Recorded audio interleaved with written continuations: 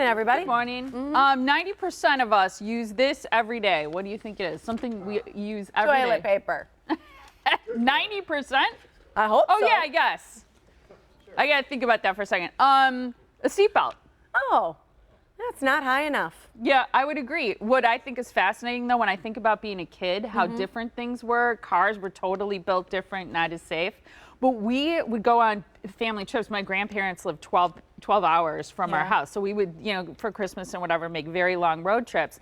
And we had a Suburban or a van. We would lay down in the back. But also, we had a station wagon for a while, of course, who didn't back then. And right behind the driver's, the, not bucket seat, I forget, bench seat. We'd lay on the floor there. And I just think about how things have changed because nobody puts kids on the floor like that anymore. You don't lay in the back at all anymore? No. As a kid? Mm-mm. No? No, and my kids, it's like you got to wear a seatbelt. See, I always got the front seat because I get motion sick. Yeah, I do too. So I was in the front seat, and it was just my mom and the three of us kids. So my brothers, the two brothers were in the back, and then I was in the front.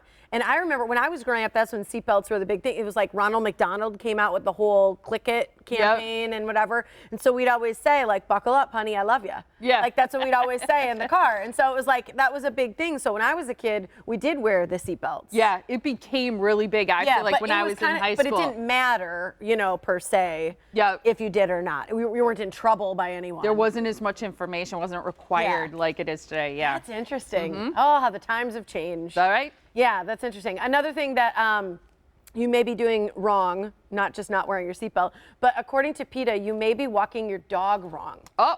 Okay. Well, I wonder if it's going to have, because I see people being led around by their dogs and they're kind of pulling. I feel like the opposite. It's more about when you drag your dog. You drag them like running or on your bike or something? No, just like when you're pulling them. You know, like when they're stopping to smell things and whatever. So they're basically saying dog owners in general are not.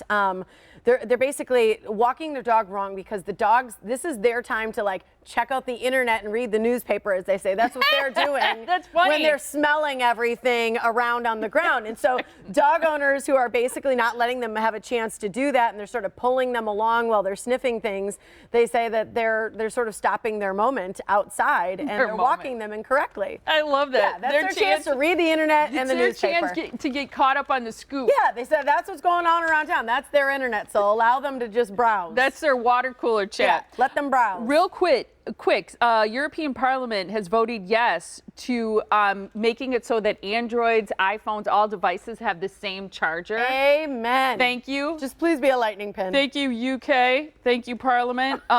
But what they said, and I thought this was interesting, continuing fragmentation of the market for chargers for mobile phones and other small and medium-sized electronic devices translates into an increase in e-waste and consumer frustration. Yes, and hallelujah. Cost. And cost, yeah, frustration, cost, e-waste. I haven't heard, have you heard that? E-waste? No, but that's a great I like term. It. Dave has. So, you have heard of it? Yeah. And he uses toilet paper for 90% of his e-waste.